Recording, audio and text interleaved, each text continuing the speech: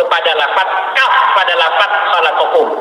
Ketika kaf itu bimali nasbin menjadi maf'ul bih, berarti ma juga bimali nasbin menjadi maf'ul bih. Kalau Allah yang menciptakan kaum kalian wahai umat manusia, berarti Allah juga menciptakan ma ta'malu, perbuatan kalian. Ini tidak dapat ditakwil lagi. Ini adalah dalalah yang qat'iyah, sesuatu yang qat'i, dalalatan wa thubutan. Ini tidak bisa ditakwil sama sekali, ya. Allah juga berfirman, "Wa ma ramaita iz ramaita walakinna Allah rama." Muhammad, ketika engkau melempar itu pada golongan Ahzab, pada perang Khandaq, bukan engkau yang melempar Muhammad. Wa ma ramaita, apapun yang engkau lempar, ma ramaita. Engkau tidak, walakinna Allah, tapi Allah yang melempar. Berarti Allah Subhanahu wa taala yang melakukan pada dasarnya. Nah, sehingga dengan ini kami katakan bagi akidah Ahlussunnah wal Jamaah, dan ini yang ditabani oleh saudara yang saya dapatkan dari musyrik, bahwa memang benar Allah Subhanahu wa taala yang menciptakan manusia dan perbuatannya. Tapi ini konteksnya adalah konteks hakikat. Ingat, ini konteksnya hakikat. Tapi fakta kemudian menyatakan bahwa apakah tidak boleh kita katakan seperti ini, bahwa ini adalah perbuatan saya. Ketika saya menyalahkan ini, tidak bolehkah dikatakan ini adalah perbuatan saya? Nah, maka perbuatan hamba itulah yang ditakdirkan oleh Syekh Taqiyuddin Nabhani, tidak dengan kata khalaqa ataupun ja'ala, tapi dengan kata saitara. Saitara bukan menciptakan. Saitara adalah menguasai. Karena boleh dikatakan manusia menguasai. Saya menguasai.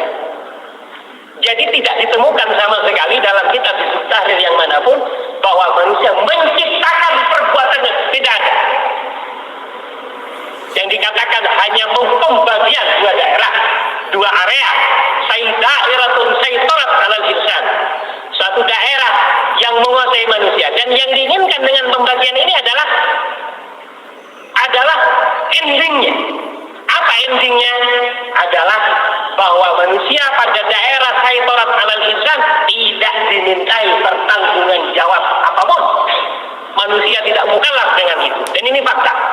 Sebenarnya yang diinginkan oleh Syekh Taqi, bahwa manusia itu diminta pertanggungjawaban dan tidak diminta pertanggungjawaban. Itu ada dua daerah. Jadi endingnya. Jelas itu ya, ada daerah yang menguasai manusia. Manusia tidak dapat berbuat apa-apa. Kita duduk tiba-tiba jatuh nih, mati semua. Manusia tidak diminta apa-apa tentang hal itu. Ya. Yang kedua adalah da'iratun yusaitiru 'alaihal insan. Daerah atau area yang manusia menguasainya. Artinya menguasai bukan menciptakan, saudara. Inilah sebenarnya makna dari yang sejak dulu dalam mazhab akidah Ahlussunnah wal Jamaah. Dalam mazhabnya Ahlussunnah wal Jamaah fil akidah, yaitu khususnya Asy'ariyah dan Maturidiyah, yang masih membingungkan. Ketika mereka katakan begini, dalam kitab-kitab tauhid ya, katakan begini, bahwa manusia yang melakukan, Allah yang menciptakan sesuai dengan ilmunya Allah yang qadim dan azali. Ya. Saya yang melakukan, Allah yang menciptakan sesuai dengan ilmunya Allah yang qadim dan azali. Ini adalah akidah yang lurus, yang benar. Tapi membingungkan bagi kita orang awam. Jadi kita yang benar. Kita yang melakukan memang. Allah yang menciptakan perbuatan itu. Karena Allah berfirman, "Wallahu khalaqakum wa ma ta'malun." Jelas. Sesuai dengan ilmunya Allah yang qadim. Karena ilmunya Allah adalah sifat Allah. Sifat Allah sama dengan zatnya Allah. Zatnya Allah adalah qadimah. Berarti sifatnya Allah adalah qadimah dan azaliyah. Sejak dahulu kala sebelum ada segala sesuatu dan memang tidak ada awalnya, Allah telah tahu manusia akan melakukan sekian. Jelas ini? Nah, sama. Itu juga yang saya dapatkan dari musyrik saya. Tidak ada perbedaan. Cuman kemudian lebih jelas lagi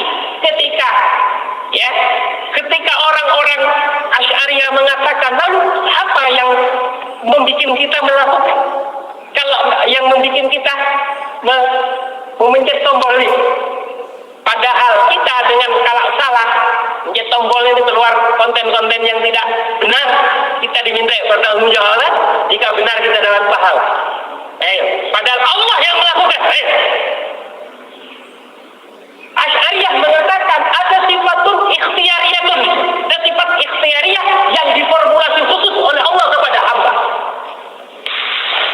Nah, ini tambah membingungkan pada kita. Ketika muncul seorang mujaddid, Al-Imam Syekh Al-Allamah Taqiyuddin An-Nabhani mengatakan itu sebenarnya dari dua daerah. Jelas semuanya. Jadi manusia itu menguasai. Nah, menguasai inilah apa yang dikatakan oleh mereka sebagai sifatun ikhtiyariyatun. Apa bedanya kemudian? Ini yang saya sampaikan. Lalu ngomong ke saya, antum kan masih terpengaruh. Loh, ini dari muslim saya. Jadi gunanya ada jalan transmisi yang seperti ini. Gunanya ada sanad yang seperti ini. Tidak ngarang saya ini. Dan bukan karena terpengaruh. Karena memang sama pada hakikatnya. Kita Ahlussunnah wal Jamaah. Kita bukan Mu'tazilah. Baik Mu'tazilah pertama maupun Mu'tazilah kedua. Karena Mu'tazilah ada dua fase. Mu'tazilah pertama, dia manusia yang menciptakan perbuatannya dan tidak diketahui oleh Allah. Mu'tazilah kedua lebih lebih ringan. Dia yang menciptakan, tapi Allah juga ikut mengetahui. Kita enggak. Nah ya, insyaallah cukup. Kalau mau lebih di pondok, insyaallah ya. Nah, yang selanjutnya ketiga, al-ismah. Ai ismatul anbiya wa rusul. Hal qabla al-ba'ts aw ba'daha? Kemakzuman para rasul ini apakah setelah diangkat ataukah sejak awal? Ya, ini masalah khilafiyah, saudara. Memang ini ranahnya akidah, tapi akidah itu ada dua. Ada akidah sifatnya usul, ada akidah sifatnya furu. Akidah yang sifatnya usul tidak boleh berbeda satu dengan yang lain. Karena prinsip Allah itu satu. Nabi Muhammad adalah nabi terakhir yang diutus oleh Allah. Quran itu begini. Bahwa ada mughayyabat perkara-perkara gaib yang wajib diimani, termasuk adanya surat, adanya neraka, adanya yang nikmat dan segala macam di surga dan di neraka nantinya. Ini namanya usul. Tidak boleh berbeda kaum muslimin dalam hal ini. Jika berbeda, masuk ke ranah apa yang kita katakan kufur. Ya, karena ini masalahnya adalah prinsip. Dengan yang kedua, akidah secara furu. Ini masalah perbedaan. Nah, pertanyaan saya, siapa yang mengatakan bahwa Al-Imam Izzuddin bin Abdissalam bukan ulama Ahlussunnah wal Jamaah? Monggo. Izzuddin bin Abdissalam yang terkenal dengan nama Sultanul Ulama, guru dari Al-Imam Abul Abbas Ahmad Al-Qarafi Al-Maliki. Siapa mengatakan dia bukan Ahlussunnah wal Jamaah? Ayo, siapa yang berani mengatakan Al-Imam Izzuddin bin Abdissalam bukan Ahlussunnah wal Jamaah? Semua sepakat beliau Sultanul Ulama min Ahlussunnah wal Jamaah dan pembesar dari mazhab Al-Imam Syafi'i pada zamannya. Beliau bisa intervensi pada daulah pada saat itu. Nah, beliau yang punya kapasitas seperti inilah yang mengatakan bahwa Rasul itu tidak maksum ketika belum dibi'tsah. Itu masalah khilafiyah. Jadi jangan ini masalah khilafiyah. Kenapa bisa mungkin muncul khilafiyah pada ini masalahnya? Nah, ini akidah tapi min haitsul furu'nya akidah. Bukan al-aqidah min haitsul usul. Itu saja berbeda. Nah, tentunya perbedaan-perbedaan itu tidak dianggap kecuali mempunyai dasar-dasar. Kecuali punya nazar yang bagus. Apa ininya? Apa ya? Dikatakan oleh penyair, "Laisa kullu khilafin ja'a mu'tabara, illa khilafun lahu haddun minan nazari." Tidak semua khilaf dianggap. Khilaf itu dianggap kalau ada nalarnya, artinya ada dalilnya. Pertanyaannya, apakah yang mendasari orang yang mengatakan bahwa para rasul itu tidak maksum sejak sebelum dibi'tsah, tapi maksum berlaku kemudian setelah dia dibi'tsah, diangkat, ya? Jawabannya, apa yang akan Anda katakan tentang Nabi Musa yang membunuh seorang laki-laki dari Bani Israel, yang kemudian beliau lari kematian disambut oleh diceritakan dalam obat tentang pembunuhan itu. Jelas. lalu pada keesokan harinya, ya, Musa kemudian mau membunuh orang lain. Kemudian, apakah engkau akan menjadi jabbar di muka bumi seperti engkau membunuh orang kemarin? Kemudian rajulun min aqsal Madinah. Datanglah seorang laki-laki yang kemudian memberi saran. Nah, sekarang pertanyaan saya, pembunuhan ini, ya, yang dilakukan oleh Musa bin Imran, tentunya sebelum jadi nabi, pembunuhan ini pada syariatnya Bani Israil boleh apa enggak?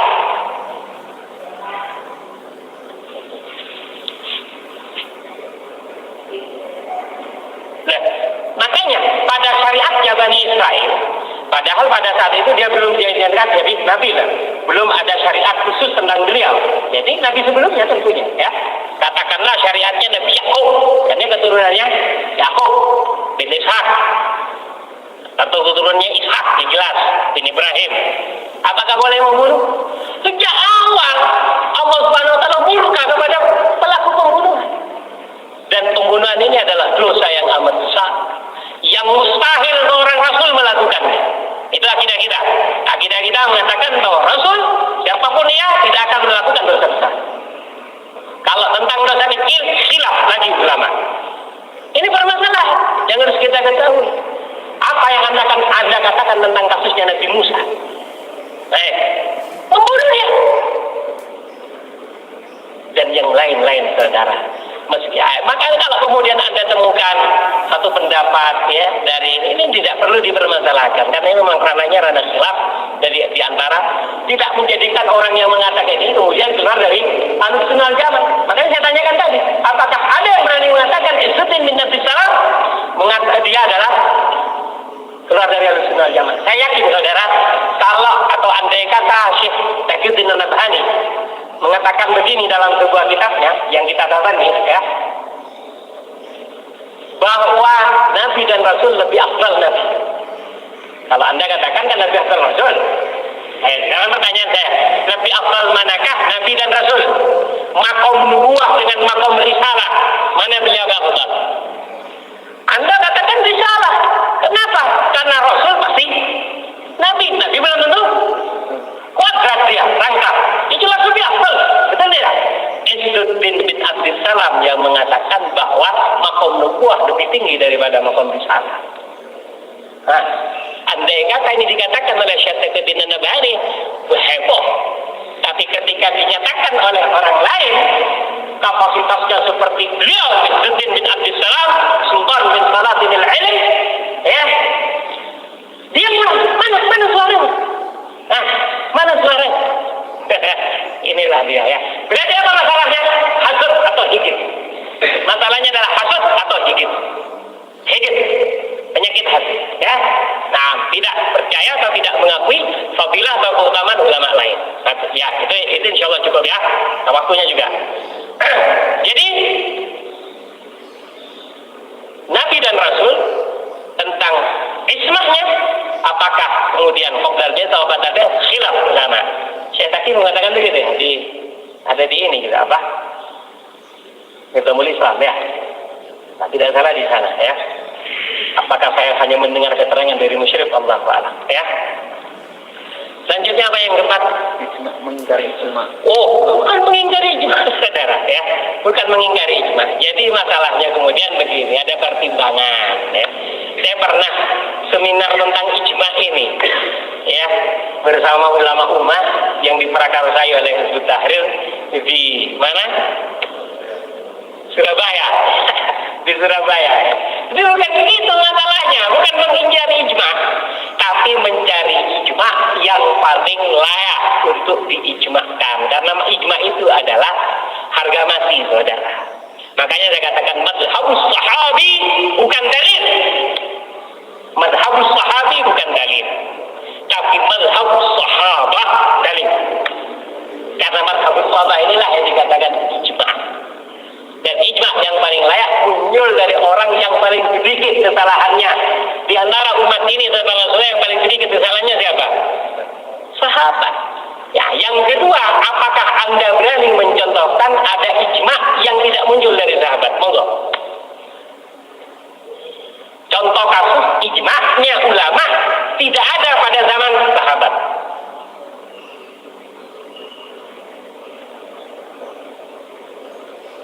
Tidak ada contoh kasusnya, makanya dari mana saya tahu ini? Al-Allamah Muhammad Al-Hasan Al-Ya'qubi Asy-Shinqiti dalam kitab Al-Kawkab, dalam syarahnya Al-Kawkab As-Sati yang bernama Sulamul Muthalib menyatakan begitu, bahwa contoh bahwa pernyataan tidak pernah ada contoh kasusnya.